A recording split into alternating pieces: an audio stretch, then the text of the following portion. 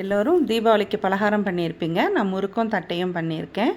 முறுக்குக்கு அரிசியை நல்லா கழுவி காய வச்சு மிஷினில் அரைச்சி வறுத்து எடுத்து வச்சுக்கிட்டிங்கன்னா அதில் 4 டம்ளர் பச்சரிசி மாவுக்கு 1.5 டம்ளர் பொட்டுக்கடலை மாவு போட்டு அதுலேயே சீரகம், எள், உப்பு, பெருங்காயத்தூள் இதெல்லாம் போட்டு நல்லா கொதிக்கிற தண்ணியை ஊற்றி கலரி இந்த மாதிரி சாஃப்டாக இருக்கிற மாதிரி பிடிச்சி வச்சுக்கிட்டு எண்ணெய் காஞ்சதுக்கப்புறம் போட்ட உடனே மேலே எழும்பி வர மாதிரி இருக்கிறப்போ நல்லா எண்ணெய் அடங்கணும், சூடு அடங்கி அந்த கொதிப்பு அடங்கின உடனே முறுக்கை எடுத்துடலாம். கரெக்டாக இருக்கும்.